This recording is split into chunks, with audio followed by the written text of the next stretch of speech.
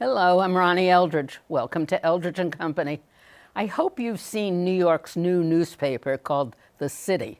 If you're not already a reader, my friend Alyssa Katz, its deputy editor, will make you one. She's my guest today. Welcome. Thank you. So this is new for you. You came from the editorial board of the news, right? Yeah. And The City is a startup, right? Brand new nonprofit with the mission of really bolstering online only at TheCity.nyc. Right. We have a mission of bolstering the news environment in New York City, where we've seen so much community journalism and investigative journalism fall away, including at the Daily News, where I was present last summer when the corporate owner of the News cut the newsroom in half.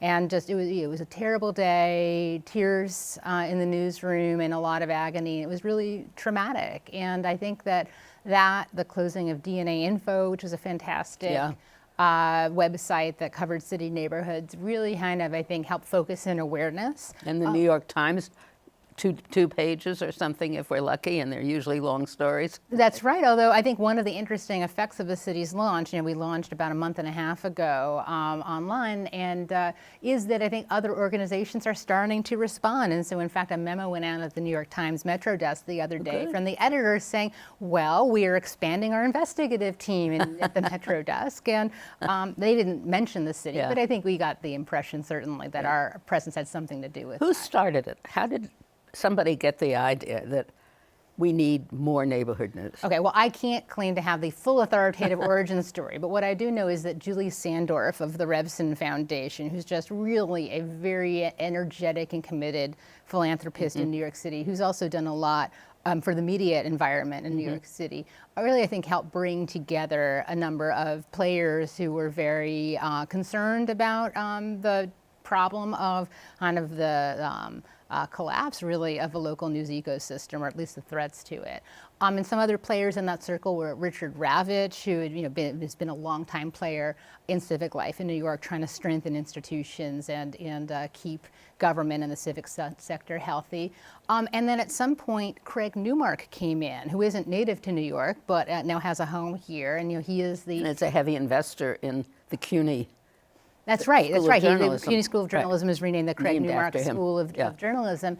And Craig came in as a significant supporter as well of the city and his honor board. So, I think it's a real convergence of people very concerned about the future of local news and recognizing that in New York City there's really an opportunity to both do public service through this nonprofit vehicle, and then also, I think, model what other communities can do. Because while there are a few models out there, such as the Texas Tribune and other local outlets around the country, really kind of scaling up local coverage of a city in a way that, if and when inevitably the kind of advertiser-based, print-based model does kind of fade away. And we recently heard Jean Baquet of the New York Times, the executive editor there, saying that that's what's going to happen for so many outlets. The model needs to be there and up and running and strong. And we would hope that the commercial sector remains strong, but if it continues to go in the direction it's going in, nonprofits will be able to step up.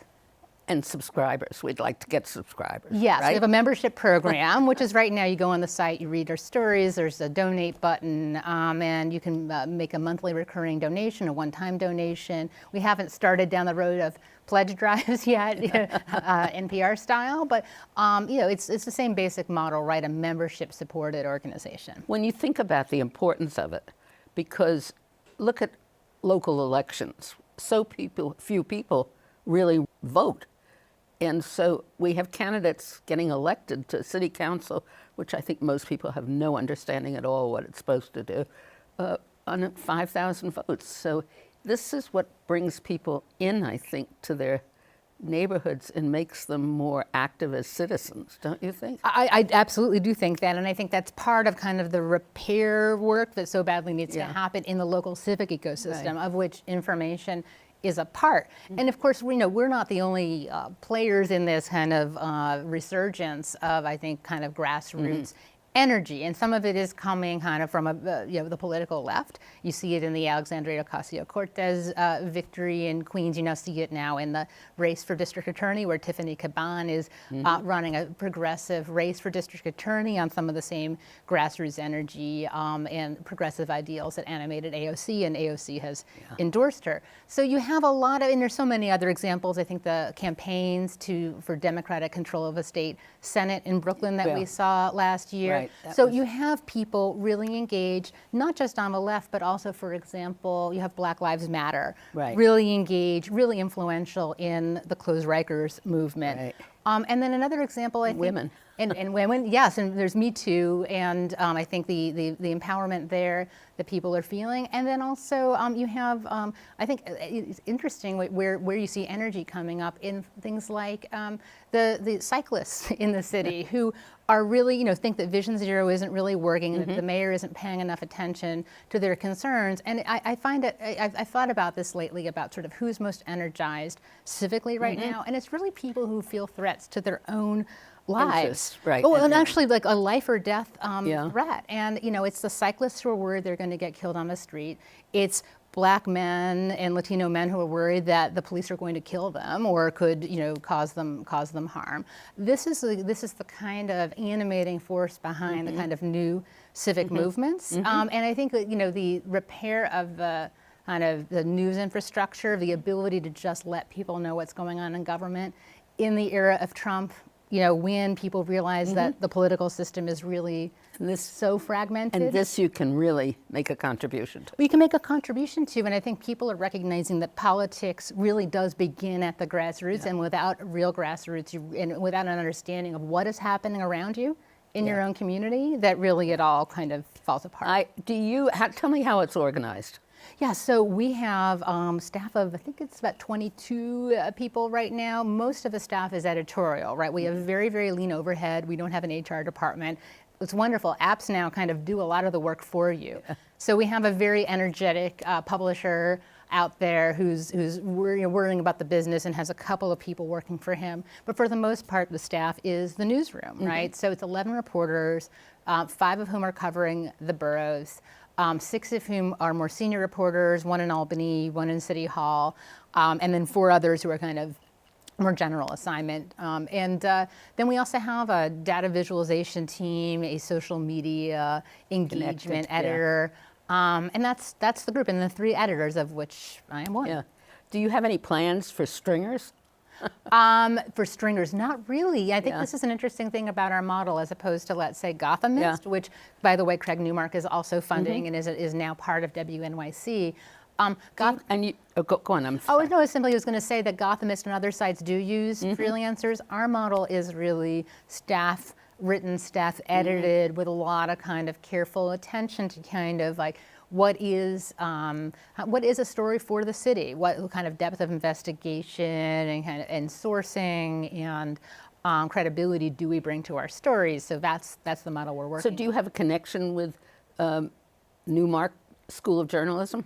Not formally. No. So Jerry Hester, who is the founding editor-in-chief, had been a professor there for about a decade and had run the New York City News Service there. So naturally, we have a connection to CUNY journalism through that route. Also, Sarah Bartlett from CUNY journalism is very involved as well as an advisor. But we really are kind of, we have ties, because our staff members come from so many different outlets and experiences. We really have connections, not just to all the journalism schools, because I used to work at Columbia, where I edited the New York World, worked at NYU, but also all kind of the different newsrooms out there and networks. So it's really a kind of very interesting mix of kind of approaches and attitudes that are all melding in this one place. It's very exciting to kind of have all that cross-pollinate. So great. I remember you from City Limits. That's right. That was one of your earlier jobs, wasn't it? Yeah, it was my first job really doing news journalism. I had worked at the Village Voice, where I was a fact checker and wrote about culture, reviewed movies, wrote about television, books, feminism. And at college, you worked in the newspaper. Yeah, I worked at the Michigan Daily. I'm from Manhattan, and I went out to Michigan. The only 4 years I've lived outside of New York, and then I came back. But the Michigan Daily was like fantastic. It wasn't journalism school, but it was Did better you always want to go into newspapers? You know, I really got the bug at the Michigan Daily. I had not, you know, my dad had been a journalist for a while, and I had some exposure, and he was a writer about film. But I didn't really have the courage as a young woman. I felt like I didn't know enough to really be the kind of authoritative writer I would want to be. And I recognized that I needed time to learn about the world. But I worked at the Michigan Daily, interned at The Nation, which was a fantastic experience. And really so many people out in journalism started there. That was, I learned just by doing, and especially at the Village Voice, which that's another loss to the media environment that we're trying to, we can't fill the whole left by the Voice, but we can at least. And are you doing editorials? I'm jumping back and forth. No, we're not. It's been an interesting switch for me because, of course, my most recent job was writing editorials for the Daily News. So it's really straight news, both short pieces sort of on a daily cycle and also in-depth investigations. And the focus is really on providing news non-biased, to people in New York. Right. That's right, and it's a really important value. You're making a point of that, aren't you? Absolutely, and I think that it's so interesting because at this moment I really do feel like that straight ahead, intensive, accurate information, that putting it out there is in fact one of the more radical acts one can perform. That's good. I thought you really were more like an investigative reporter. Did you ever consider yourself that? I did after a while. It kind of took a while, but then you get a couple of stories under your belt where you're like, I found that thing out that wasn't out there before. I guess I must be an investigative reporter. Right. And then you sign up for Investigative Reporters and Editors, which is a wonderful organization that like is a network and has conferences and stuff. And after a while, the identity sticks. Right. So the city is filled with a great spirit because everybody's doing. It's not an experiment, but it's a mission, right? But it's mission driven, and in some ways it is an experiment in the sense that we are really trying to make nonprofit journalism work for New York on a scale at which it has not been attempted. And you mentioned City Limits, I must give huge props and respect to City Limits, which is still around and still really important. And I think that City Limits, what we were always up against and what it is still up against is really the challenge of scale. And money, which is money, and it is not lost on me that as we're raising money for the city, that we don't want it. I don't want it to be a zero-sum game in which our ability to raise money comes at the expense of city limits. Ideally, people come to recognize, and I think that moment is here, that journalism is a civic good that the public members, citizens out in the city, and non-citizens need to invest in. And I think that recognition is here. It's really a matter of activating it, and we're working on activating it as much as we can. You're really fun. I mean, you've got different levels. It's fun to read. I don't think the mayor most likely likes it. I have not yet discerned evidence that he has in fact read it. The DeBlasio Files. Right. Well, that's a tag we put on some of our stories because one sort of trademark of our work so far, and this is really thanks to our investigative reporters, Greg Smith and Yoav Gonen. Greg from the Daily News, Yoav from the Post. It's amazing to see these talents all kind of converge in this one place.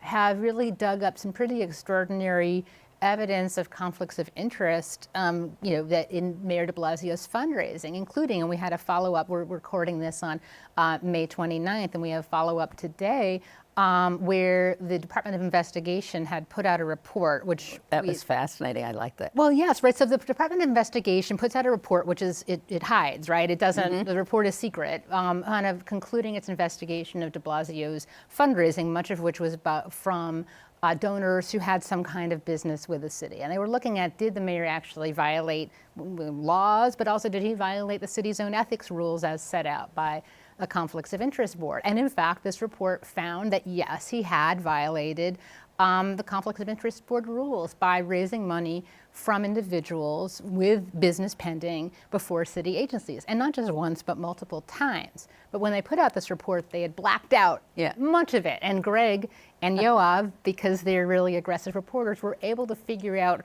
most of who was involved, like the identities of the developers, even though they had been blacked out. But now, working with our pro bono attorney, we were able to appeal the redactions to the Department of Investigation and say, come on, really? You can't tell us who these are? And so appropriate in Washington. That's right. Well, no, in fact, the DeBlasio Department of Investigation memo was far more heavily redacted than the Mueller report, by far. And so they've removed some, but not all of the redactions. Still significant portions are blacked out. We're going to continue to try to get those lifted. But the point is that, and that's just one story, they've also looked at the mayor's PAC fundraising as he was preparing his now announced run for president. And that was also from some of the same donors who were doing business with the city. And it turned out that the mayor was using a kind of very limited definition, which they may not have realized was so limited, of who is doing business. And in fact, we found many more than they had identified. So, this is what we do. And we've had some people go on social media, because people say all kinds of things in social media saying, oh, you're conservatives in sheep's clothing, things like that. And it's not about ideology. It's really about ethics in government and making sure that the mayor is fulfilling his responsibility to the people of the city. It's just all there is to it. It's just so needed and so good. And we should, Now, you've written a couple of books. Yes. And they're on two topics that really are major factors in New York City government, aren't they? Well, yes. Well, one. I mean, in different ways. So my first book was called Our Lot: How Real Estate Came to Own Us, and it's been exactly 10 years since it came out, and it was all about the real estate bubble and kind of how that happened. And it did include a chapter about rent regulation in New York, and basically, because since the book is about kind of how home ownership really got hyped as like the a path to riches and success and civic improvement, and then that collapsed on itself. Did it also note lobbying and the connection to public officials and policy? The book talked a bunch about kind of, more about in Washington, Freddie Mac and Fannie Mae, and kind of and Bill Clinton especially, because I kind of took it for granted that, of course, the Republican Party was going to be support business interests over with less concern for the public welfare.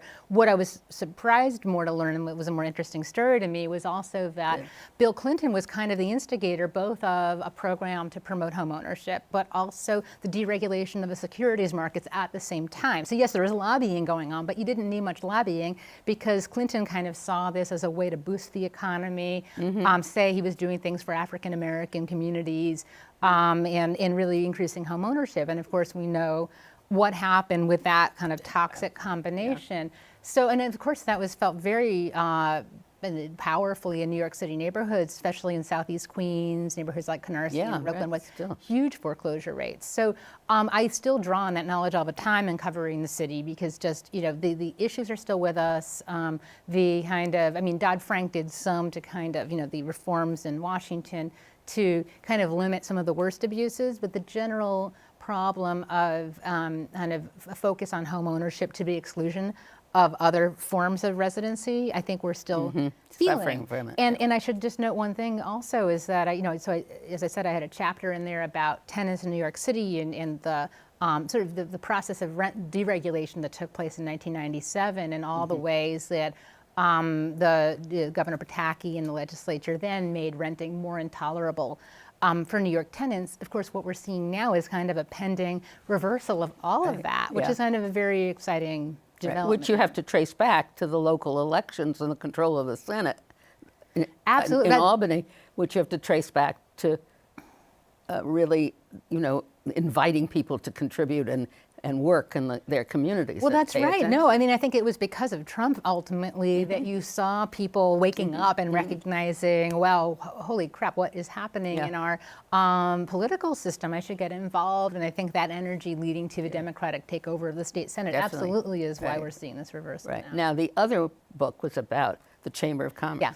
So the U.S. Chamber of Commerce, which is it's interesting because now I don't know if you follow the latest, but when I wrote the book, which came out in 2015, the Chamber was kind of this instigator but on many fronts of kind of this really pro-corporate turn in Washington that we are still living with, and I really it's kind of an extraordinary organization in that it kind of marshaled resources from many of the top corporate players, but anonymously, right? You can't tell where the donations are coming from, and put them into electoral politics, put them into a litigation strategy, put them into lobbying.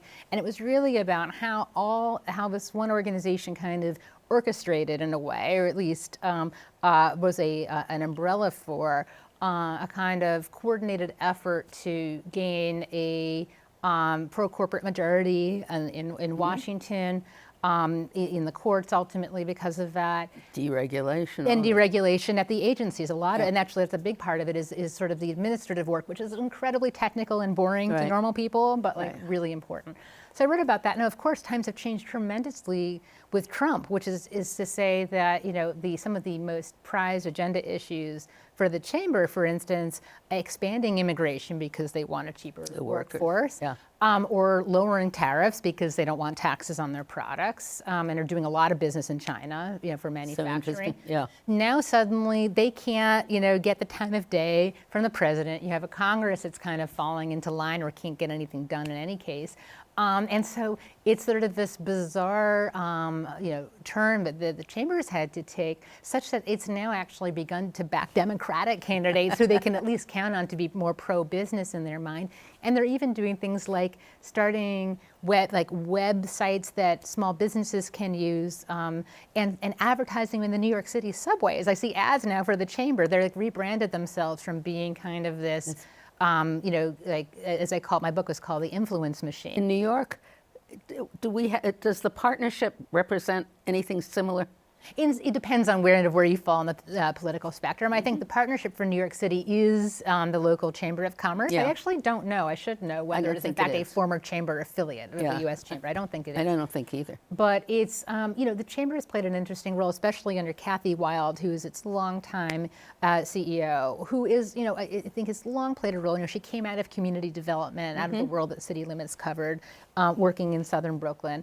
And she genuinely has a commitment to trying to find like the sweet spot. And sometimes it's there and sometimes it's not, between corporate interests and grassroots interests. And, you know, I think that with the huge wealth disparities we see now, I think that is harder and harder to do. And the political insurgency that we're talking about too, I think makes that a very difficult proposition. But I think that the partnership has been a modulating force somewhat. I won't give it too much credit on kind of, I think, what otherwise would be kind of more like DC It's more interested, I think, in the concept of good government. Oh, very interested. It's just, I think that the challenge is that you're in a moment, like just to take one example, you know, you have Mayor DeBlasio yesterday rallying at the city council to get paid leave.